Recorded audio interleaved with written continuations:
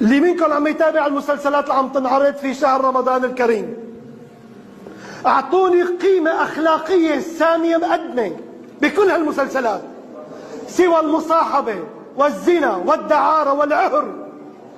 اعطوني، وكله في لباس جميل، كله في لباس مقبول. اذا طبعا 30 حلقة يروج للفكر، باخر حلقة بيحكي كلمتين ثلاثة، هون الزبدة يا اخي. لكن اللي ما حضر اخر حلقة، اللي حضر 30 هالشباب والصبايا اول طلعتهم عم يشوفوا كل شيء قدامهم. شو هذا؟ الام اللي عم تنام مع عشيقها هذا ما له